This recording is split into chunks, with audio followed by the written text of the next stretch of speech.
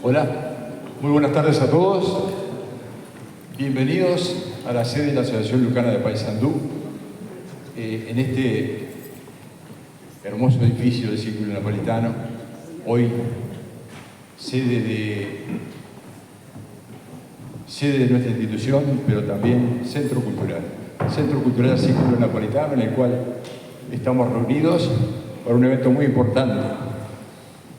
Tenemos a Mario Dorma, Mabel Cabrera, integrantes en su momento, su familia de la colonia 19 de abril. Ellos nos van a dar su testimonio hoy de las vivencias, de las costumbres y historias que no se cuentan, que pocas veces oímos, historias que tenemos el deber de transmitir a los que nos suceden, ¿verdad?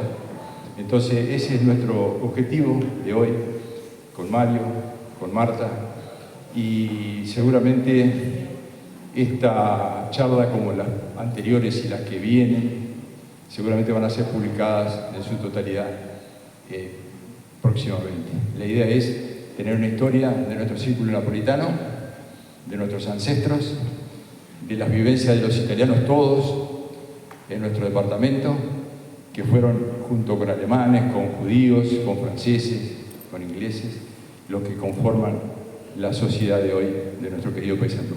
Así que bueno, le voy a dar la palabra a Mario para que iniciemos la jornada. Bueno, buenas noches a todos. En primer lugar quiero agradecer a Juan y Mariela, que realmente han abierto sus puertas de este hermoso lugar, como dijo Juan, que hoy conocí bien las escaleras porque tuve que subirlas varias veces.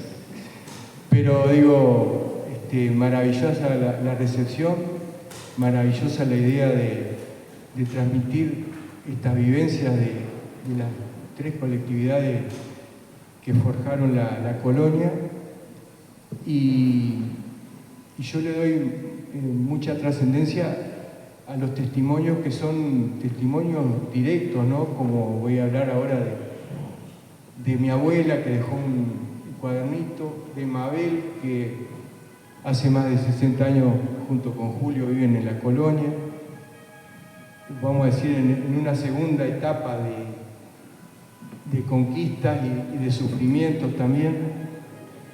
Y también el testimonio de un tío, mi tío mayor, que creo que resume todas las peripecias que sufrieron esos inmigrantes.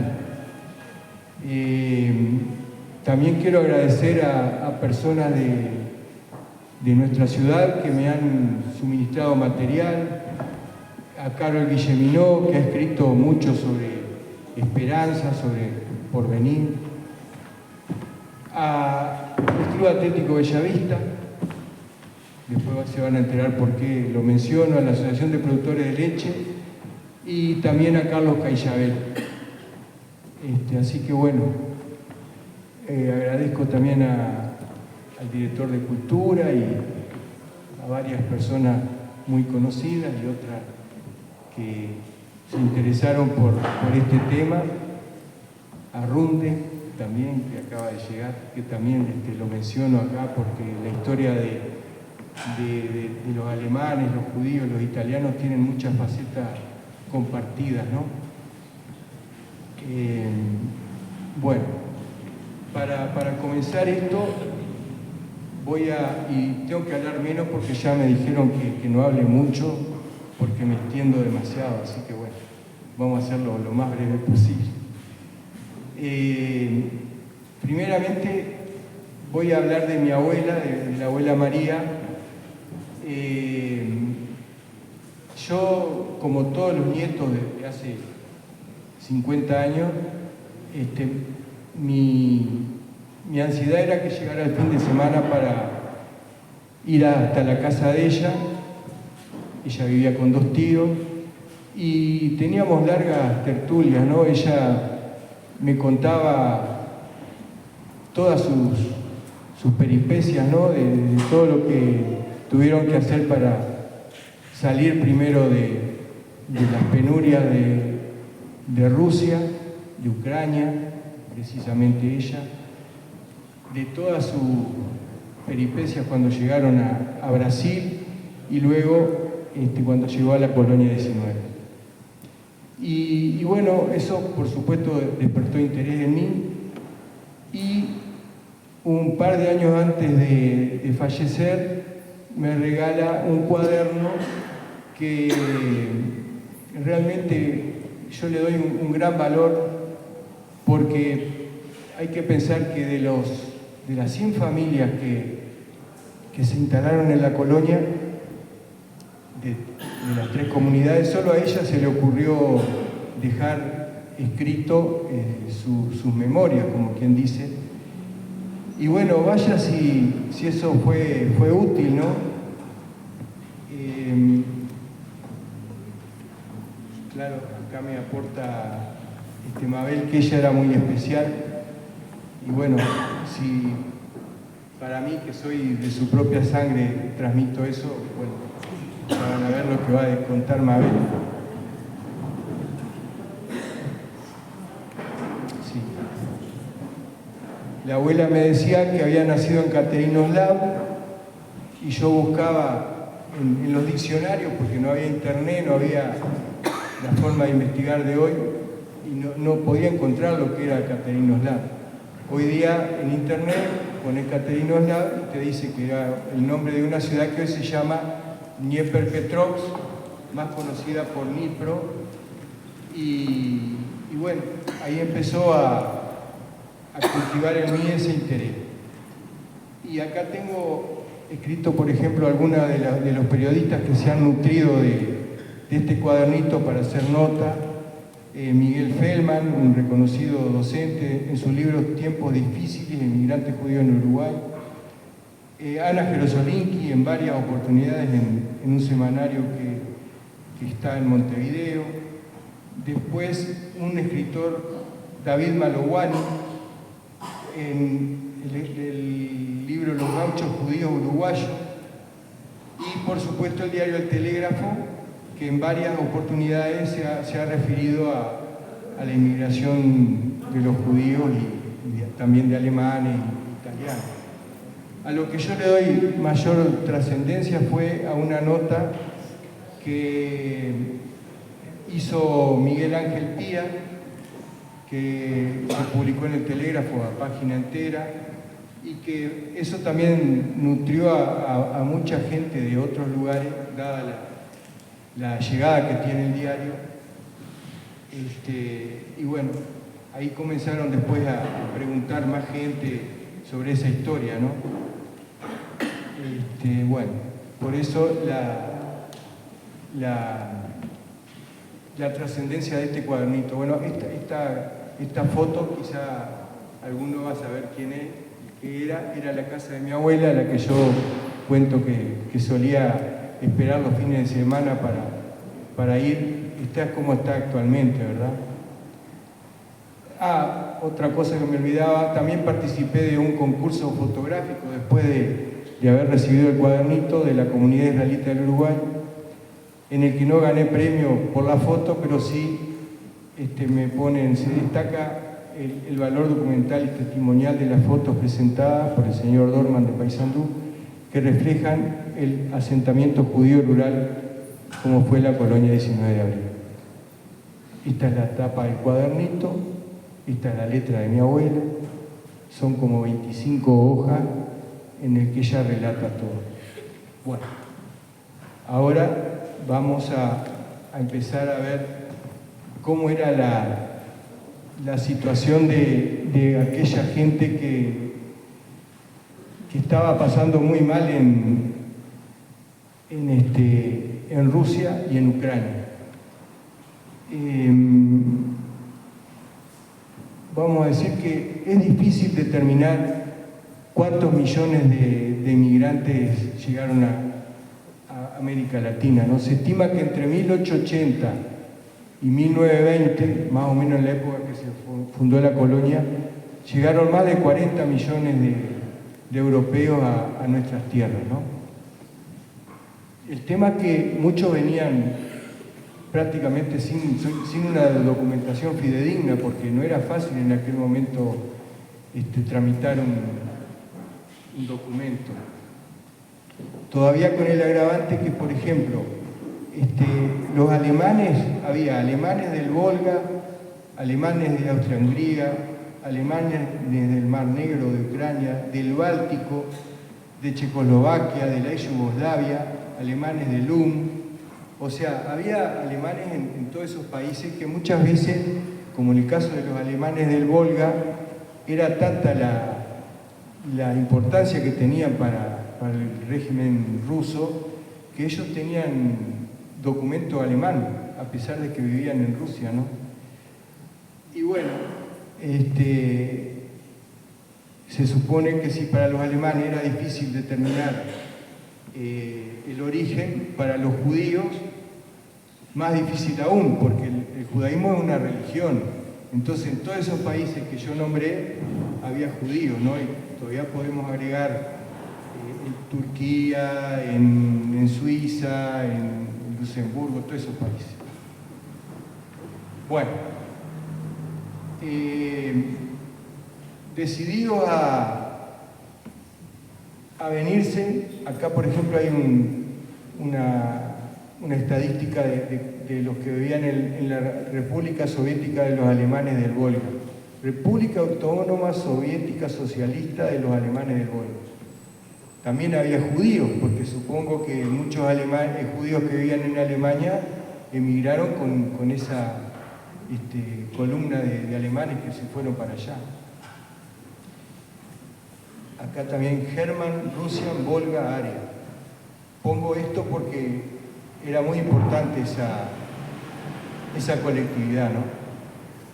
Bueno, ellos decidieron venir a América, algunos en tren, otros a pie, y por eso digo que lo nombro a Runde, porque en ese artículo que él escribe en el Telégrafo cuenta que sus ancestros, si bien eran alemanes, vivían en Rusia, pero estaban más bien cerca de Siberia, y tuvieron que emigrar por Siberia, ¿no? Con el frío que representaba, más otras penurias que no vale hoy recordar, pero que fueron terribles, ¿no?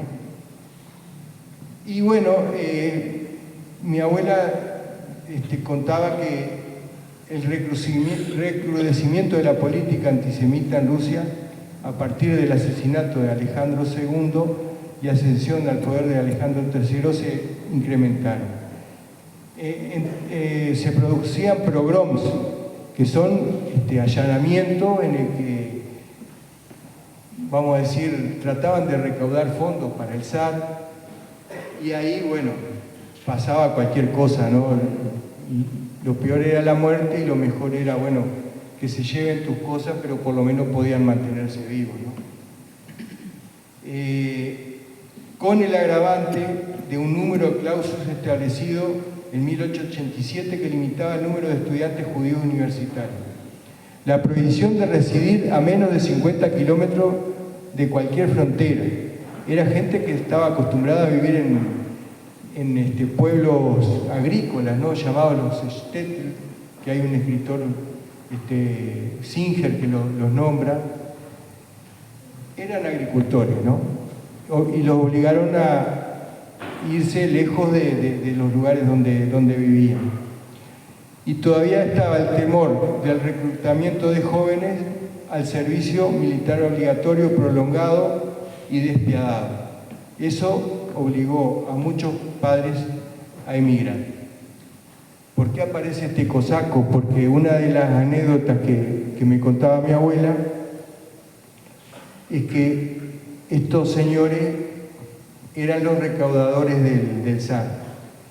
Entonces llegaban a los pueblos, por supuesto se avisaban, los vecinos, no había celular, pero se avisaban, y ellos iban a las casas a llevarse o los productos que habían del campo, o joyas o lo que encontraran, ¿no? La cuestión era recaudar. Y lo peor que podía pasar es que te maten o que violen a las mujeres jóvenes sobre todo. Entonces mi abuela cuenta que ella, sabiendo de que estaban los cosacos, los padres los escondían en sótanos, ya tenían sótanos dispuestos para eso, pero ellos tenían ese bastón que se ve ahí, entonces ellos golpeaban el piso de las casas que eran de madera para ver si encontraban algún hueco, ¿no? Y bueno, ellos habían puesto fardos y colchones para que justamente cuando golpearan con el bastón no se oyera.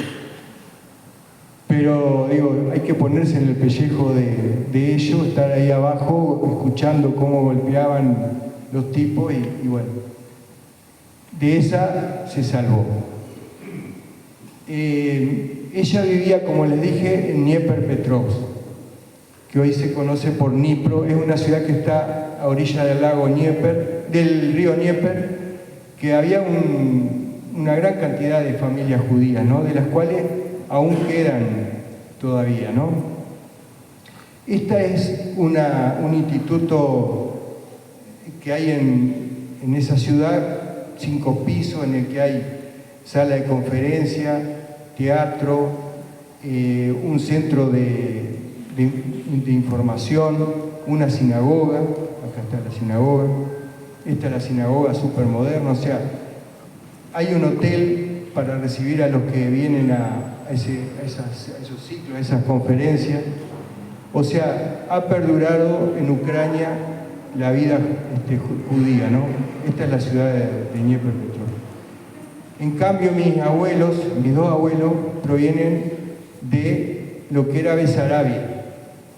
Hoy día es Moldavia. También fue Rumania. Bueno, ha ido pasando de distintos poderes políticos, ¿no? Pero estas son fotos actuales de cómo quedaron la sinagoga y algunos centros judíos, ¿no? O sea, quedaron en ruina. Y por algo el mayor pogrom que ha habido en Europa fue justamente en Kishinev. Y lo que son las cosas, las coincidencias de la vida, fue un 19 de abril. El 19 de abril fue de 1904. Fue el pogrom y después ellos iban a fundar la colonia 19. El hecho es que, bueno, deciden escapar, tanto mi abuela que vivía en Odessa, mi abuela materna, y en Dniepropetrovsk, mi abuela paterna, y mis dos abuelos que vivían en Besarabia en aquel momento. Y claro, hoy decimos, te tomás un vuelo y en 2 horas estás en Bremen, ¿no? Que era el puerto de partida. Pero en aquel momento no era fácil llegar en estas circunstancias, ¿no? Que no había medios de transporte como hay hoy. La cuestión es que, bueno, merced a la ayuda del barón Hirsch, que era un filántropo, del cual me voy a explayar más adelante, que él tenía empresa ferroviaria, pudieron arrimarse bastante al puerto de Bremen. El puerto de Bremen estaba a unos cuantos kilómetros de la costa. ¿Por qué no lo hacían contra el mar? Porque, bueno, en un momento había piratas, sobre todo piratas ingleses, ¿no? Estoy hablando de algunos años antes de este momento. Entonces, por lo general, trataban de hacer los puertos más adentro de la exposición a esos piratas que le robaban todas las mercancías. Y Bremen, bueno, no era la excepción. Con Sevilla pasa lo mismo también. Cuando venían los barcos de América con el oro, Sevilla está como 50 kilómetros hacia adentro del mar. Hoy día ya hicieron otro puerto que se llama Bremerhaven, porque hoy día no hay piratas, ¿no? Pero bueno, llegaron a Bremen con todas las peripecias. Esta foto no es específicamente de ellos, pero la he tomado de internet, de cómo salía esa gente, ¿no? Este es el Julio César, este es un barco de pasajero con todas las leyes de la ley, había primera, segunda, tercera, como Titanic, por ejemplo, pero lamentablemente el barco en el que ellos vinieron, venían en las bodegas, porque no había recursos, ¿no? Y bueno, el varón Hirsch, si bien era un buen filántropo, pero les pagaba el pasaje a miles de personas, ¿no? Entonces tampoco podía ponerlos en primera clase, ¿no? Bueno, este es el vapor Weser, que es el vapor que trajo los primeros inmigrantes argentinos, judíos argentinos. Ellos llegaron al puerto de Pelotas en el barco Itaúba.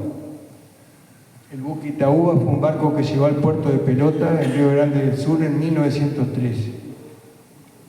Aunque los resultados de búsqueda no proporcionan información detallada sobre su viaje específico desde el puerto de Bremen, Alemania, se sabe que el Itaúba estuvo registrado en Brasil y es mencionado en el contexto de barcos de ese año.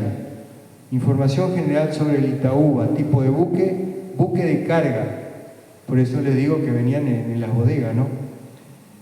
Año de construcción, 1913, o sea que se ve que era bastante nuevo, ¿no? Entonces, bueno, yo busqué alguna información de algún diario de aquella época, ¿no? Entonces acá dice navegación costera, Itaquera, iban a Pelotas, Río Grande, Río de Janeiro, Victoria, Bahía, Maceió. Ahora, esos barcos no venían por casualidad al puerto de Pelotas, ¿no? Iban también a Río, pero los inmigrantes que venían a esta zona llegaban más bien a Pelotas, ¿no? Esta zona me refiero de Uruguay y Argentina. Y acá se ve en el manifiesto, dice 700 volúmenes de harina de hueso, dita de sangre, que no sé lo que es en portugués, vinos, gorros diversos, de santo 125 garrafas vacías, bueno, arroz, todos esos productos era lo que ellos llevaban de vuelta, no era un viaje como hoy día, si no tenía retorno no era rentable, ¿no? Los camioneros saben bien de eso, tienen que tener retorno. Bueno, exactamente. Esto que se ve acá es por qué Pelota se llama así. Resulta que en Pelota estaba un famoso saladero en el que llegaba ganado hasta de Uruguay, a pesar de que estaban muy lejos, ¿no? Bueno, en ese saladero que se producía lo que yo leí antes, la harina de hueso, de sangre, todas esas cosas. O sea que el barco no llegaba de casualidad, todo era bastante por negocios también. Lo mismo pasaba en Bremen, eso hablábamos con Juan, que el negocio del transporte de personas, calculen que se movieron 40 millones de personas, si habrá sido rentable para esas compañías, ¿no? Entonces, en Pelotas estaba un saladero portugués de la época de la colonia portuguesa, José Pintos Martínez, que era el más grande de la región. Incluso había ganado el Uruguay. Y bueno, los cueros que llegaban a esos lugares donde se trabajaba el cuero y el ganado incluso que mataban, eran muchas veces transportados en estos pequeños barquitos que son de ceibo y cuero. Esto es un dato que me dio el amigo Curdín y yo seguí investigando. Y bueno, en esas embarcaciones ellos arrimaban el cuero a ese saladero que daba de trabajo a mucha gente, ¿no? y bueno, llegaron a Pelota con la idea de trasladarse hasta el municipio de Cuatro Hermanos. Tampoco era cerca ir de Pelotas hasta Cuatro Hermanos, ¿no? Si bien ahí ya había ferrocarril, pero igual era como, no sé, como 600, 700 kilómetros, ¿no? Y bueno, llegaron a Cuatro Hermanos, les habían prometido tierras para seguir cultivando trigo, maíz, girasol, que era lo que ellos sabían, pero resulta que las tierras no tenían nada que ver, eran tierras forestales que no cumplían con lo que les habían prometido, ¿no? Nosotros con 3 primos hace 5 años fuimos hasta ese lugar que está a 850 kilómetros de Paysandú. Por ahí está mi primo Naum, que fue uno de los que participó de ese viaje. Fue muy removedor porque buscábamos el primer lugar donde llegaron nuestros parientes, y la verdad que nos costó trabajo llegar hasta ahí, ¿no? A pesar de que hoy tenemos Waze y Google Maps y todas esas cosas, y nosotros decíamos, ¿cómo le habrán pasado ellos para llegar hasta acá, ¿no? Y bueno, pero llegaron y ahí estuvieron 2 años, porque realmente no era lo que ellos esperaban, ¿no? Las condiciones que le habían prometido no se cumplieron. Todavía, para colmo de males, había habido elecciones y un gobernador que había gobernado durante 30 años perdió la elección y le costaba dejar el poder. Entonces se formó una pequeña revolución, pero que costó varias vidas. ¿Quiénes pagaban los platos rotos? Siempre los emigrantes, con pedidos y cosas.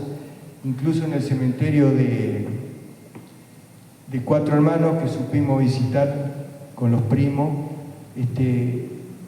hay varias tumbas de gente que perdió la vida en esas peleas, de las que ellos no tenían nada que ver, ¿no? Pero bueno, las condiciones eran así, tuvieron que pelear y morir. Y a raíz de esas muertes también, porque como que eso genera también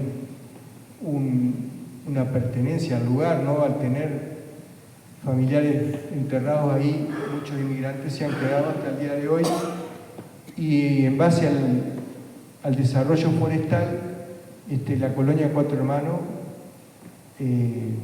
está bastante bien posicionada hoy, aunque no en condiciones muy superiores, como quien dice. ¿Cómo llegaron ellos? Bueno, todo merced a la gestión de este varón, Mauricio Hirsch, que tiene una historia muy particular, que acá en Uruguay prácticamente es desconocida, solo la comunidad judía más o menos lo conoce, pero en Argentina sí es muy conocido, porque él, todas las colonias judías de Entre Ríos, de Buenos Aires, fue mérito de este señor que tenía una gran fortuna. Él era hijo de un francés, de un alemán que peleó contra Napoleón. Entonces el rey alemán, el jerarca alemán, le otorga la potestad de ser varón, cosa que para un judío en aquel momento era prácticamente contado con los dedos de la mano. Bueno, ese fue el padre, y él continuó con el negocio del padre hasta que por allá se independizó. Hizo negocios con azúcar en Rusia, y por allá se le ocurrió hacer algo de mayor envergadura, Y fue así que se le ocurrió hacer una línea de trenes entre Estambul, que antes era Constantinopla, no Turquía, y Viena, con la intención de llegar hasta Londres. Y bueno, le fue muy bien a este hombre, ¿no? Ganó mucho dinero, no sé hoy calcular la fortuna, pero estaría a la altura de estos grandes magnates, ¿no? Pero él tuvo la mala suerte que cuando su niña tenía 3 años, fallece. Le quedó su heredero, Lucien, que con 31 años también se muere. Entonces el hombre quedó muy, muy conmovido por esa situación y cuando le preguntaban por esa situación tan dolorosa, él dijo, mis huérfanos a partir de ahora van a ser todos los judíos de Europa que están desposeídos, y a ellos voy a volcar mi fortuna. Y bueno, creo que fue un ejemplo de desprendimiento, porque el hombre gastó, no sé, 500, 600 millones de dólares. Primero, porque a raíz de este tren que él tendió, la línea ferroviaria de Estambul a Austria, él vio los padecimientos de los judíos en Turquía y bueno, empezó ayudando a esa gente, ¿no? Sobre todo en la educación, hasta que por allá cambió el régimen y bueno, cambió todo también para esos judíos, ¿no?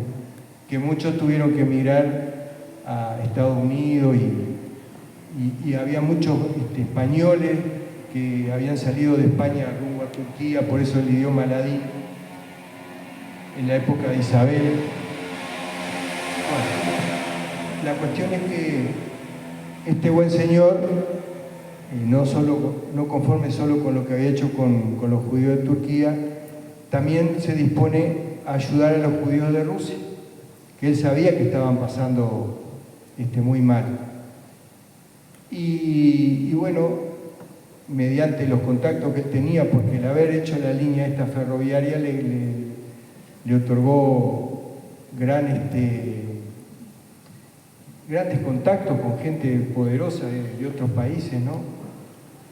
Y bueno, intentó ayudar a esos judíos, hizo algún convenio con el zar, a través de un embajador, aportó una suma de dinero importante para que por lo menos les dieran la educación que no tenían, porque era gente que habían sido obligados a salir del campo y trasladarse a la ciudad, o sea, había una gran emigración de gente de la ciudad hacia el campo, ¿no?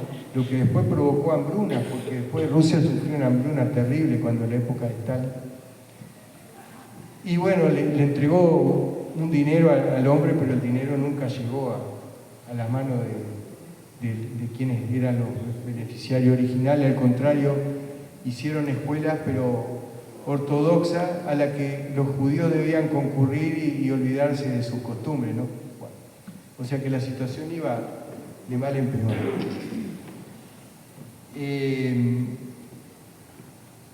Ahí es que él, cuando ve que la situación en Rusia era imposible de superar a través de la ayuda que él podía dar, empieza a pensar en un destino en otros países, ¿no? Y bueno, primero pensó en Argentina, había enviado un mensajero, y así es que él compra en varios años más de 200.000 hectáreas en Entre Ríos, en Santa Fe, en Santiago del Estero, en Buenos Aires, también con muchos avatares, ¿no? Me olvidé de decir que acá me quedó, esta es Clara, la señora del barón Hirsch, y este es el emblema del barón Hirsch, que son dos personas dándose la mano, que eso simboliza la solidaridad, ¿no? Que creo que lo representa bien al varón. ¿Por qué la menciono a Clara? Porque en todos estos pueblos de Entre Ríos hay varios pueblos que llevan los nombres tanto de Mauricio por Mauricio Hirsch, Lucien, que se llamaba el hijo fallecido, y Villa Clara por esta señora que también era una buena filántropa.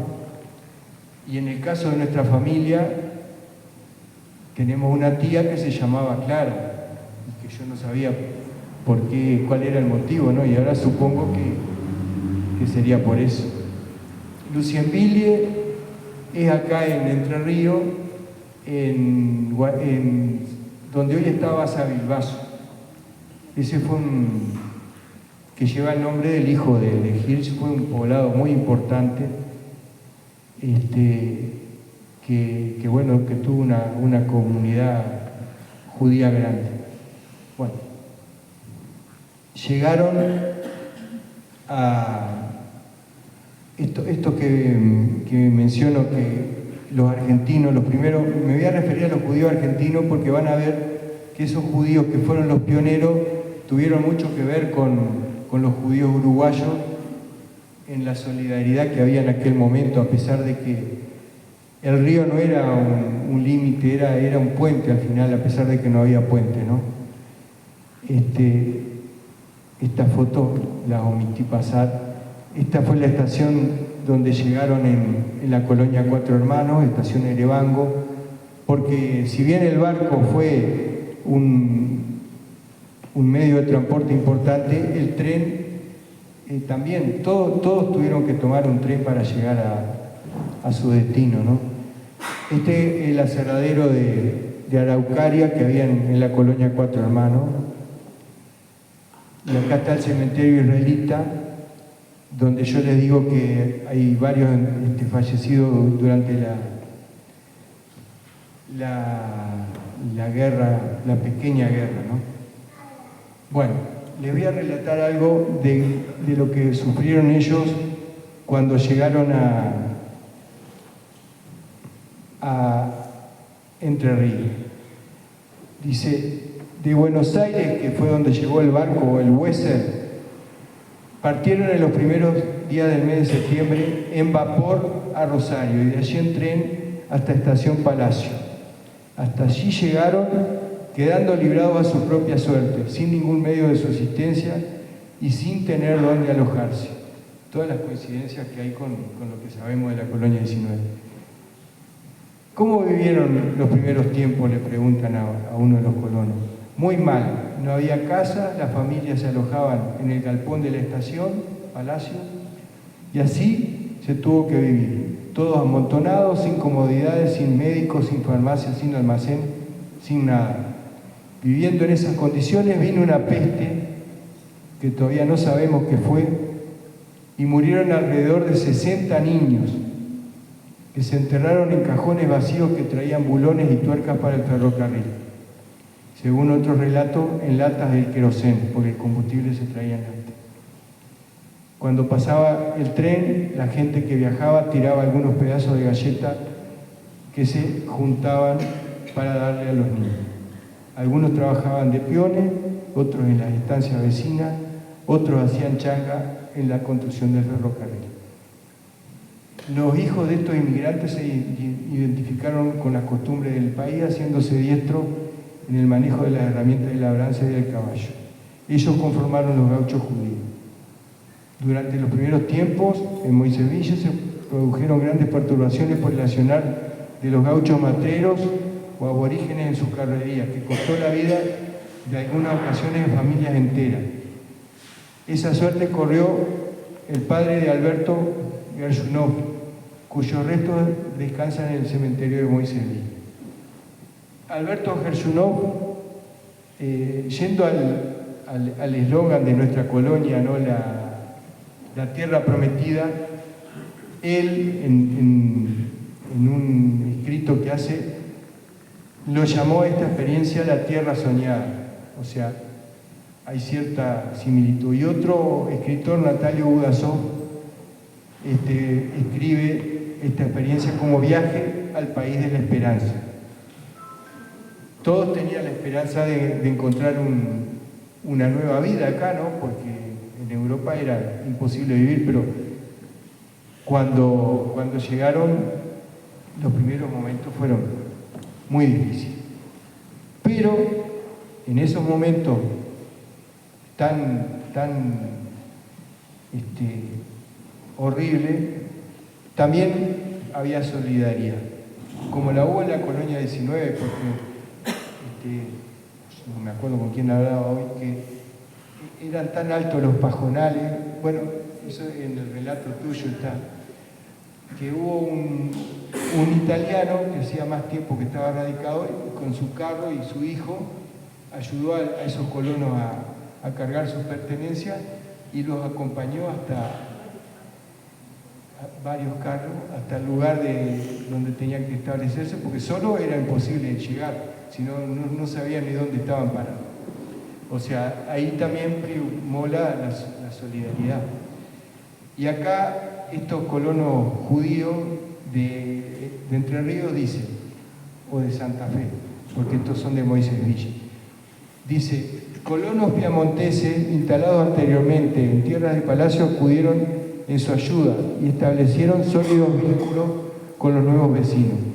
Nos referimos a la familia Scarafia, quienes con gesto solidario trasladaron en sus carros desde Palacio a Moisés Ville a las mujeres y a los niños. Como desconocían la zona, los nuevos inmigrantes solían perderse. La familia Cuniglio, otros italianos con idéntico gesto, abrieron un surco con su arado para delimitar las tierras, ¿no? Bueno, quería resaltar eso, ¿no? De que bueno, que siempre la solidaridad prima. Los abuelos llegaron, a diferencia de la gran mayoría que se iba a Entre Ríos, Argentina, Santa Fe, porque ahí el barón Gil seguía dándoles dinero, se vinieron a Uruguay porque habían escuchado de que acá el gobierno, en ese momento estaba Valle y Ordóñez, estaba dando beneficios a los agricultores que quisieran establecerse en el campo. Entonces, bueno, decidieron venirse hasta acá, partieron de 4 hermanos, con cientos de peripecias, llegaron hasta Libramento, en tren, porque en Brasil había esa posibilidad, que es parte de la historia que cuenta también Runde en su libro, aunque los tuyos llegaron por el río, ¿no? Por el río Uruguay. Una parte sí, una parte vino por el río y otra parte por el tren. Bueno, no tenían plata para pagar el pasaje tampoco, algunos venían a pie desde Libramento. Y bueno, por eso digo que el tren también fue parte de las peripecias. Llegaron a la estación Porvenir. Estas son fotos actuales. Este es el galpón de la estación tal cual estaba. En este galpón de Antolín Moraga fue que, como cuentan los colonos argentinos, también se quedaron en ese galpón hasta que ellos llegaron, no sé.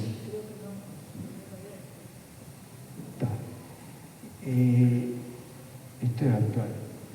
Bueno, el tema es que tuvieron un par de días ahí hasta que se repartieron las parcelas, y el 19 de abril llegó el tren presidencial, porque el presidente se movía en tren, no había ruta, no había puente,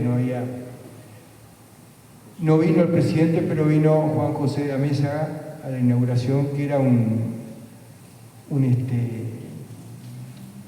político importante, ¿no? Y bueno, acá están las estaciones de otros lugares, ¿no? Estas son las colonias judías en territorio argentino, que ahora cuando yo haga otro relato van a ver la afinidad que hay. Bueno. Llegaron acá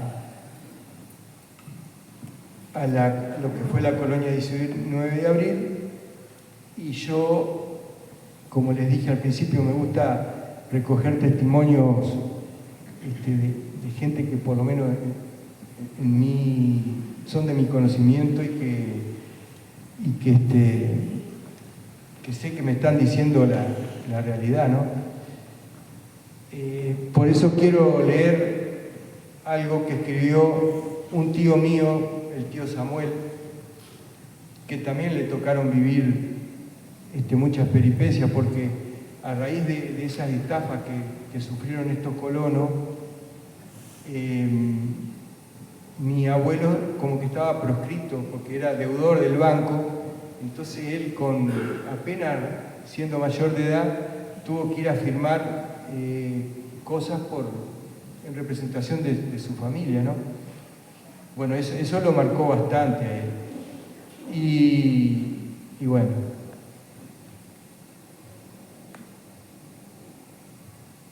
acá está el primer contrato que firmó mi abuelo. Con 22 años de edad ya llegó acá, o sea que cuando llegaron a Brasil él tendría 20 y mi abuela 16, y ya ahí tuvieron un hijo, que ahora Mabel va a contar parte de la historia. O sea que eran re jóvenes, ¿no? Cuando llegaron a la colonia no había nada, esos italianos lo acompañaron, y esos fueron los ranchos que pudieron levantar, porque no tenían nada, o sea, era un desastre. Yo siempre me pensaba cómo sería el rancho que me contaba mi abuela, ¿no? Porque acá no había fotos, no había ningún testimonio. Y en una visita que hicimos al Museo Judaico de Moisés Ville, que está cerca de Rafaela, un lugar donde vive un cuñado mío, la primera foto que veo fue esta, ¿no? Y yo digo, pero esto es lo que mi abuela me contaba, ¿no?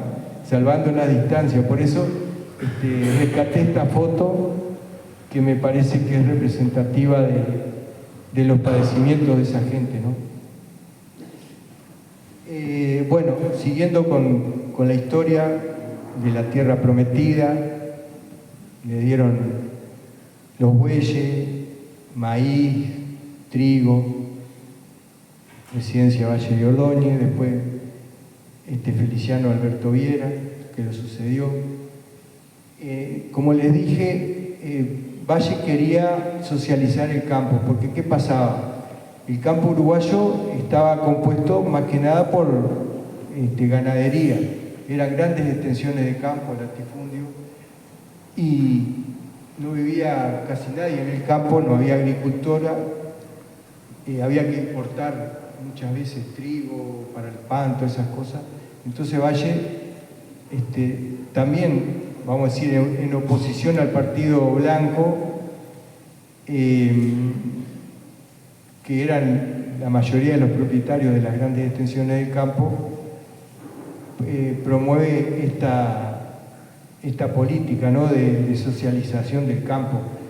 Y vaya si era así, porque en la colonia 19 se pedía que en cada esquina de cada parcela, en las bocacalles, se establecieran ahí los ranchos, ¿no? Entonces eso llevaba a una convivencia entre los colonos, ¿no? Estaban de novio, convivían, compartían.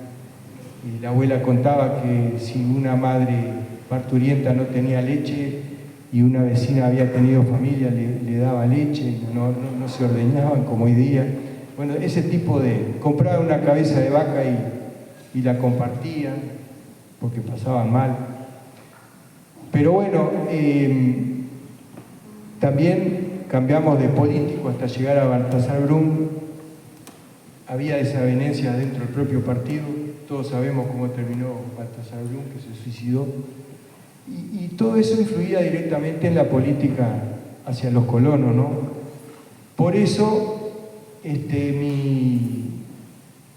mis abuelos, que durante años estuvieron pagando una cuota al banco hipotecario, que era el propietario de las tierras, en un momento fueron desalojados porque la plata que le daban al cobrador, el hombre nunca la entregó al Estado. Y bueno, ahí fue que este tío tuvo que ir a firmar él los documentos, ¿no? Entonces, bueno, él dice así: nací en la colonia y recuerdo el enorme sacrificio que debíamos hacer todos los miembros de la familia para poder subsistir. Las cosechas de trigo o maíz se lograban en base de denodados esfuerzos. La tierra no era muy buena. Una vez por mes venía el representante del Banco Hipotecario del Uruguay a recaudar el 25% de lo producido. Y aunque parezca mentira, mi padre y yo debíamos trabajar en otras tierras para ganar un jornal. Con ese jornal podíamos comer, dejando a mi madre a cargo de todas las tareas en la colonia. Yo siento una profunda admiración por ella y por mi padre. Viste que no solo vos la mirás a la olla. Porque la colonia 19 de abril para nosotros representó en aquel momento un engaño. Teóricamente, todo este sacrificio que hicimos tenía como cometido ser dueños de nuestra parcela de tierra. Sin embargo, ese sueño no se hizo realidad. Los colonos eran muy trabajadores, pero el representante del banco hipotecario se aprovechó de estos gringos y en realidad el dinero fue a parar a sus propios bolsillos. El banco nunca recibió ningún pago. Al vencer los 29 años, los colonos debieron dejar las tierras con una mano atrás y otra adelante. La gente debía irse del lugar y no podía llevarse nada. Uno de los colonos, el señor Kaplum, que casualmente es abuelo de mi madre, que acá dice Mauricio Kaplan, el señor Kaplum se aferró a aquel pedazo de tierra, asegurando que solo muertos lo sacarían de allí.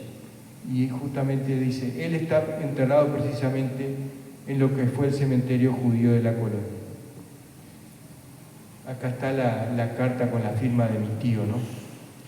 Dice, fue testigo de la decisión que tomaron varias familias de no irse del lugar, salvo por la fuerza. Imagínense ustedes el trabajo invertido por casi 30 años por ese grupo de familias que habían sido estafadas. El rancho que mis padres construyeron con barro y paja lo tuvieron que abandonar. El orgullo de la familia era una hilera de eucaliptos que mi padre y yo plantamos y que llegaba hasta las puertas de mi casa. También la abandonamos. Mi padre fue el último que dejó la colonia. La tuvimos que sacar ya viejo porque a pesar de la pobreza, él se sentía profundamente arraigado a su tierra. Lo que recuerdo es que cuando tenía unos 12 años trabajaba muchísimo. Yo hacía las tareas de cualquier adulto. Trabajaba la tierra y en realidad me reconocían como un muy buen esfardador de trigo. Me ocupaba de una parcela de tierra yo solo. Creo que era demasiada responsabilidad para un niño, pero lo asumía feliz. Para todos nosotros, incluso mis hermanos, que éramos muy chicos, trabajar la tierra y ocuparnos de la chacra era algo hermoso. A pesar de la pobreza, casi miseria les diría, nos gustaba esa vida. Recuerdo cómo lloramos una hermana mía y yo cuando perdimos la mejor cosecha de trigo. Y en pocas horas ella y yo estábamos aprontando los elementos para la cosecha cuando una nube de langosta arrasó con la chacra. Éramos niños, pero conscientes que aquella cosecha perdida era lo único que podía salvar la situación en que vivíamos. Por eso lloramos. Acá hay un agradecimiento especial al señor Antonio Estefanel, el que tiene la calle, que mi abuela también lo menciona en su cuadernito, porque se ve que él les dio una gran mano, porque no tenían ni para comer, ¿no?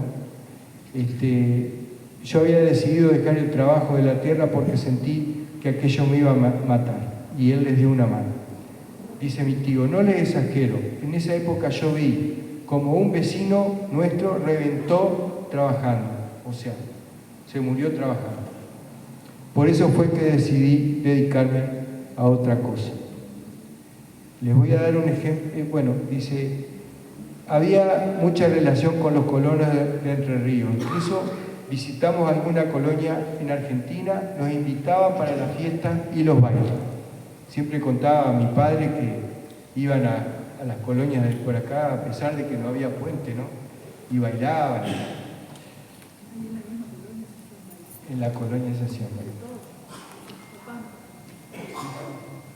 Incluso había la única casa que tenía piso de mosaico, no me acuerdo de quién era, y en la fiesta de los 100 años, la señora se me arrima y me dice, y la única casa con piso de mosaico era la mía, y todos querían ir a bailar ahí.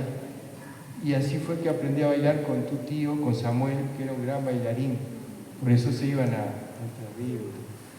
Bueno, les voy a dar un ejemplo de que lo que nuestros padres introdujeron a esta tierra para mejorar el trabajo de campo. Aquí se usaba la coyunda, que se fija los cuernos del buey para que se hinche. Nosotros introdujimos la canga, que se coloca en el pecho del animal y lo hace sufrir menos. Y yo se los digo, los judíos que vinieron a la colonia no eran comerciantes, era gente que gustaba del trabajo rural. Esa era su vocación, o sea, eran agricultores. Por eso traje la canga, esa que está ahí arriba, es lo que se les pone a los caballos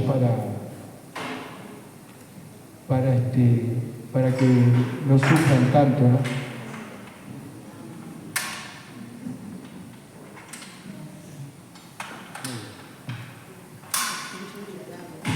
Bueno,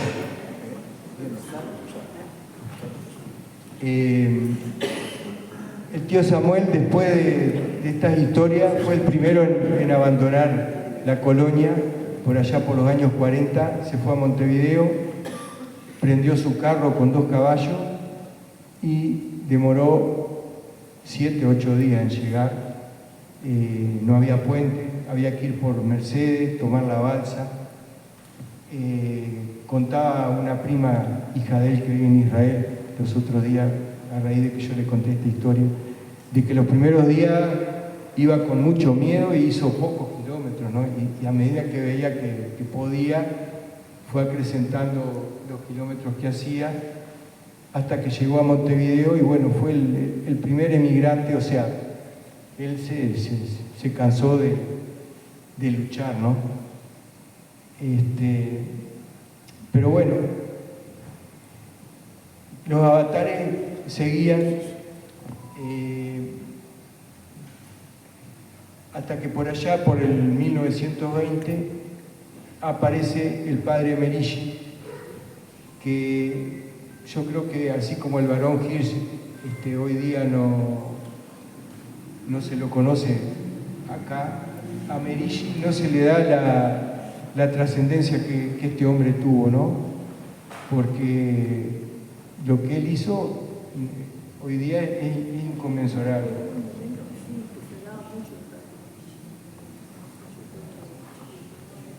Y allá en la colonia, en Esperanza, la capilla San José, hay un recordatorio. Bueno, el tema es que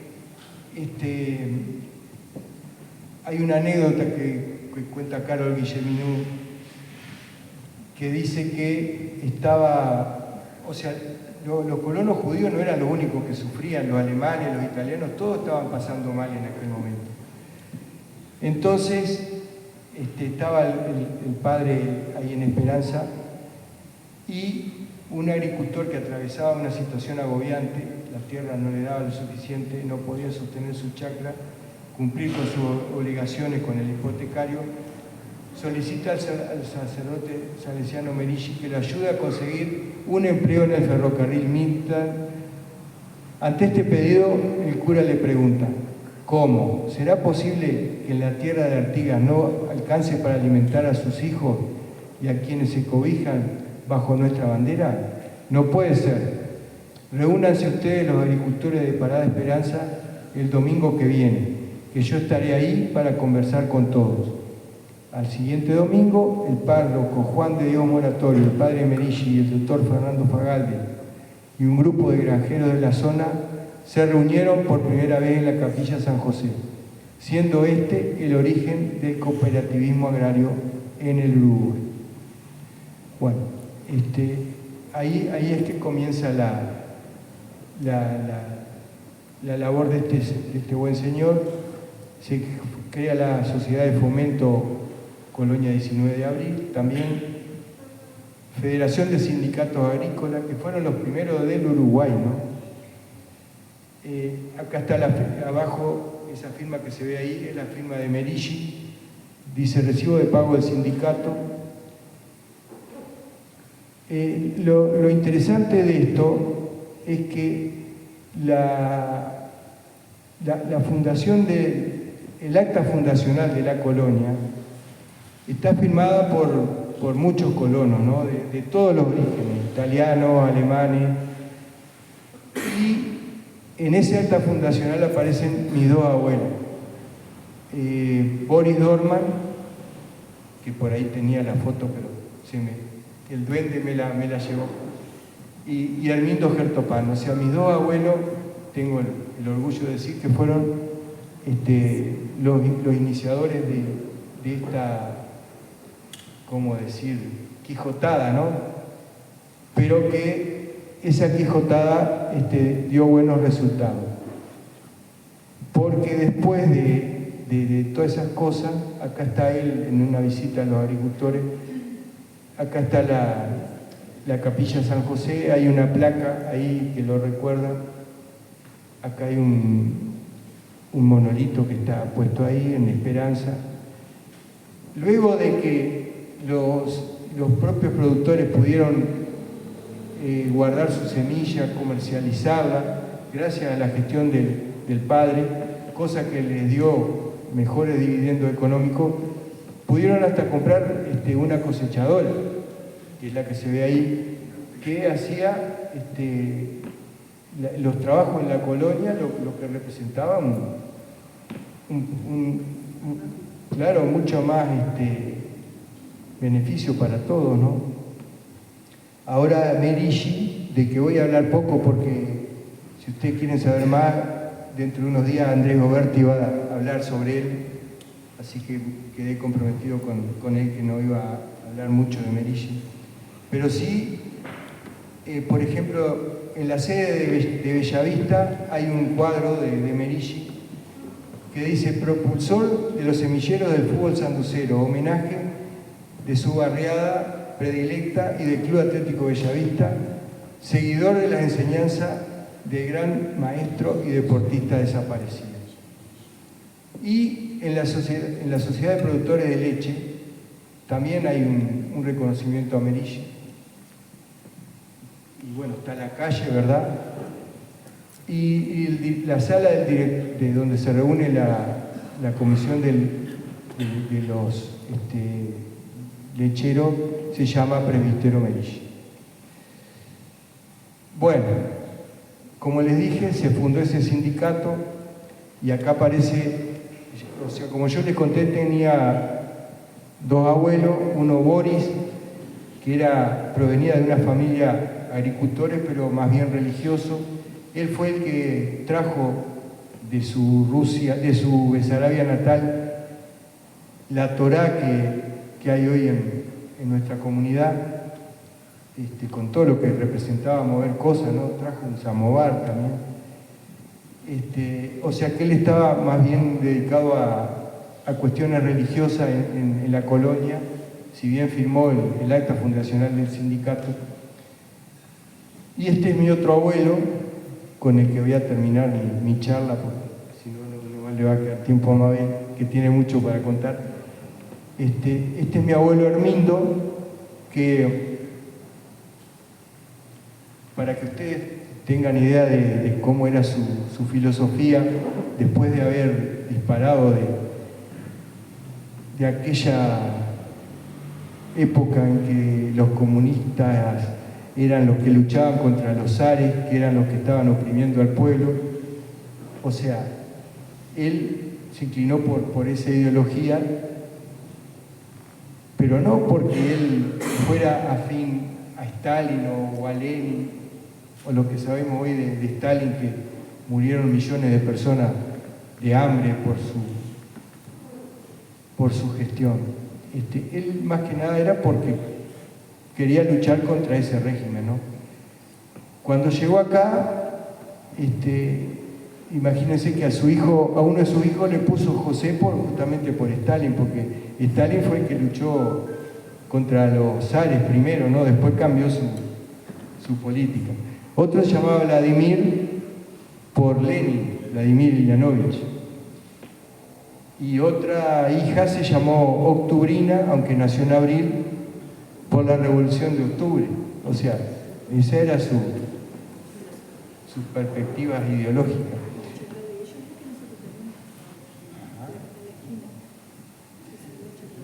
Bueno, la cuestión es que él, se ve que yo desconozco porque nunca tuve oportunidad de hablar con él tenía alguna otra actividad, siempre afín a su ideología. El hecho es que